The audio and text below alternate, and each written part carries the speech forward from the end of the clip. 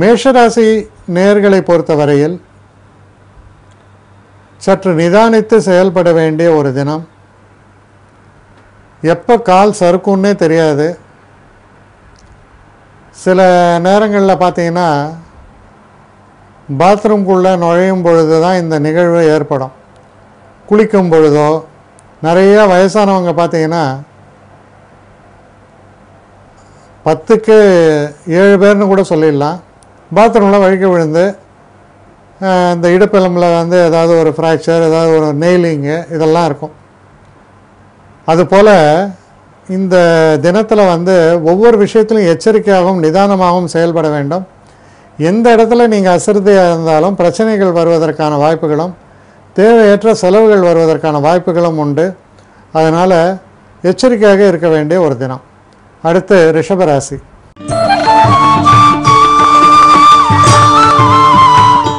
ரிஷபராசி நேயர்களை பொறுத்த வரைக்கும் நண்பர்கள் வந்து ரொம்ப ஒரு உதவிகரமாக உங்களுக்கு அமைவாங்க. நீங்கள் பண்ணக்கூடிய முதலீடுகள் வந்து நல்ல லாபத்தை தரக்கூடிய வகையில் அமையும். ஆனால் எந்த ஒரு காரியத்திலையுமே பார்த்தீங்கன்னா சற்று நிதானமாகவே நடக்கும். இப்போது நான் சொல்கிறேன், ஒருத்தரை வந்து பார்க்குறோம், அவருக்கு அப்போ ஒரு 10 மணிக்கு அவரோட அப்பாயின்மெண்ட்டு பார்க்குறேன் அப்படின்னு சொல்லி அது 11 மணிக்கு நிகழும். அது மாதிரி சில தாமதங்களை தவிர்க்க முடியாமல் இருக்கும். சில நேரங்களில் யாரையாவது பார்க்கணுன்னு நினச்சி டிராஃபிக் ஜாமில் மாட்டின்ட்டு கொஞ்சம் லேட்டாக போவீங்க, இல்லை அந்த நபரை பார்க்க முடியாமலும் போய்விடும். அதனால் ஒவ்வொரு விஷயத்தையும் திட்டமிட்டு செயலாற்ற வேண்டும். அடுத்து மிதுன ராசி.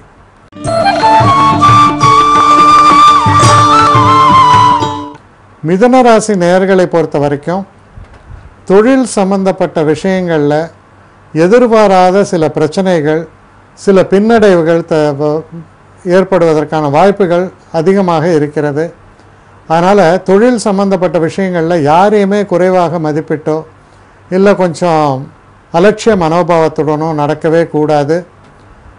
இந்த காலகட்டத்தில் உங்களுக்கு எதிர்ப்பாக இருப்பவங்கள்லாம் வந்து ரொம்ப துரிதமாக செயல்படுவார்கள். ஆனால் நீங்கள் சில முக்கியமான விஷயங்களை இழந்து விடலாம், இல்லை கெட்ட பேர் வந்துடலாம். அதனால் எந்த ஒரு விஷயத்திலுமே சற்று நிதானமாகவும் எச்சரிக்கையாகவும் செயல்பட வேண்டும். அடுத்து கடகராசி.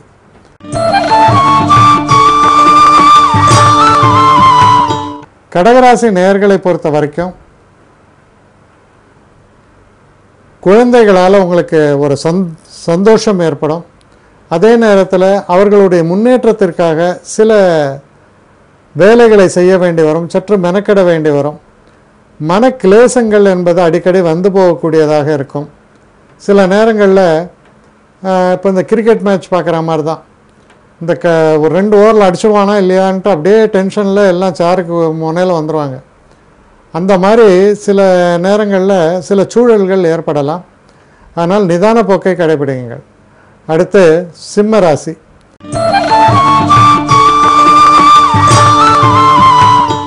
சிம்மராசி நேயர்களை பொறுத்த வரைக்கும் ஒரு சந்திராஷ்டம தினமாக வருகிறது. இந்த காலகட்டத்தில் ரொம்ப முக்கியமாக நீங்கள் மனசில் கொள்ள வேண்டியது என்னென்னா, உடல்நிலை பாதிக்கப்படுவது, இல்லை சரியாக இல்லாத ஒரு உணவை சாப்பிட்டு அதனால் அவஸ்தைப்படுவது, சில நேரங்களில் வண்டி வாகனங்களால் அவஸ்தைப்படுவது, எங்கேயாவது ஒரு நடுவில் ஒரு ஹைவேஸில் போயிட்டு இருக்கும்போது பஞ்சர் ஆகிட்டு பக்கத்தில் பஞ்சர் ஓட்டுற ஒரு சின்ன விஷயந்தான், ஆனால் பஞ்சர் ஓட்டுறதுக்கு ஆள் இருக்காது, நம்மள்கிட்ட ஸ்டெப்னி இருக்காது, படாத பாடு ஒரு 3-4 மணி நேரம் கழித்து அதெல்லாம் சீர் செஞ்சு கிளம்புவோம்.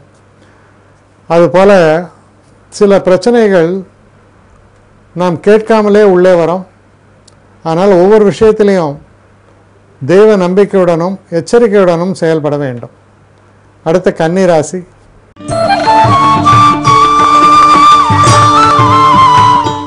கன்னிராசி நேயர்களை பொறுத்த வரைக்கும் திருமணம் சம்பந்தப்பட்ட பேச்சுக்கள், சில நேரங்களில் வந்து தொழில் விரிவாக்கம் சம்பந்தப்பட்ட பேச்சுவார்த்தைகள், இதிலெல்லாம் ஒரு சுணக்கம் காணப்படும், ஒரு தாமதங்கள் தென்படும். ஆனால் அதுக்காக நீங்கள் ஒன்றும் செய்ய முடியாது.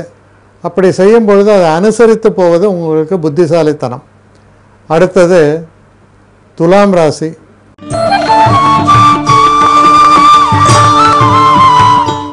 துலாம் ராசி நேயர்களை பொறுத்த வரையில்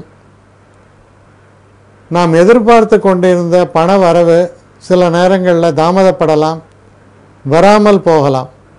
அதனால் பணம் சம்பந்தப்பட்ட விஷயமோ அல்லது கொடுக்கல் வாங்கல் சம்பந்தப்பட்ட விஷயங்களிலோ சற்று நிதானமாகவும் எச்சரிக்கையாகவும் நடந்து கொள்ள வேண்டிய ஒரு காலகட்டமாக அமையும். அடுத்து விருச்சிக ராசி.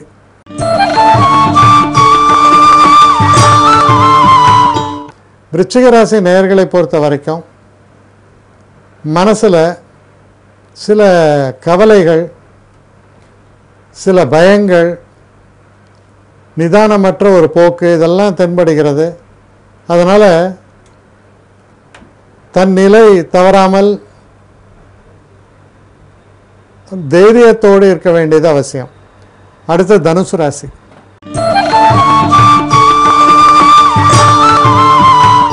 தனுசு ராசி நேயர்களை பொறுத்தவரையில் வண்டி வாகனங்களை இயக்கும்போது சற்று எச்சரிக்கையாக இருக்க வேண்டும். சில மைனர் ஆக்சிடென்ட்ஸ் ஏற்படலாம், அதனால் பண இழப்புகள்லாம் ஏற்படலாம், உடலில் காயம்படலாம். அதனால் ரொம்ப ஒரு எச்சரிக்கையாக இந்த வண்டி வாகனங்களை இயக்கும் பொழுது இருக்க வேண்டியது ரொம்ப ரொம்ப அவசியம். அதே போல் தேவையில்லாத சில விஷயங்களில் தலையிடாமல் இருக்கிறது ரொம்ப அவசியம். நீங்கள் உண்டு, உங்கள் வேலை உண்டுன்னு இருக்கணும். அப்படி நீங்கள் தலையிடுவதால் உங்களுக்கு மேலே மேலே பிரச்சனைகள் கூடிக்கொண்டே போவதற்கான சாத்தியக்கூறுகள் உண்டு. அடுத்து மகர ராசி.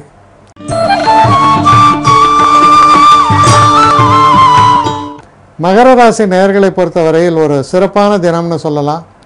சில தன்னிச்சையான நல்ல முடிவுகளை எல்லாம் எடுப்பீர்கள், பலராலும் பாராட்டப்படுவீர்கள், நண்பர்கள் உங்களுக்கு உற்ற துணையாக இருப்பார்கள். ரொம்பவும் முன்னுக்கு வரக்கூடிய ஒரு சிறப்பான ஒரு தினமாக இது உங்களுக்கு அமையும். அடுத்து கும்பராசி.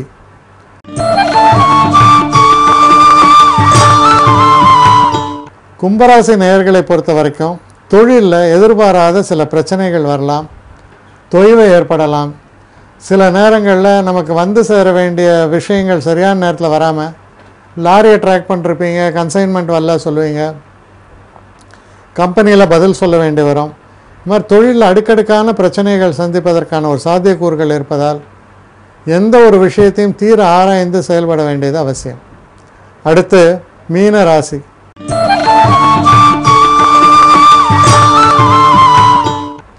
மீன ராசி நேயர்களை பொறுத்த வரைக்கும் தெய்வ அனுகூலம் சிறப்பாகவே இருக்கிறது. இருந்தாலும் சில முக்கியமான தொழில் சம்பந்தப்பட்ட விஷயங்களில் சற்று தொடக்கத்தை ஒரு நாட்கள் தாமதிப்பது நல்லது. உடனடியாக தொடங்கும் பொழுது அதிலே சில பிரச்சனைகள் உங்களுக்கு ஏற்படலாம். சில தேவையற்ற அலைச்சல்கள், செலவுகள் இதுவும் ஏற்படுவதற்கான வாய்ப்புகள் இருப்பதால் ரொம்பவும் யோசித்து நிதானமாக நீங்கள் செயல்பட வேண்டியது ரொம்ப ரொம்ப அவசியம்.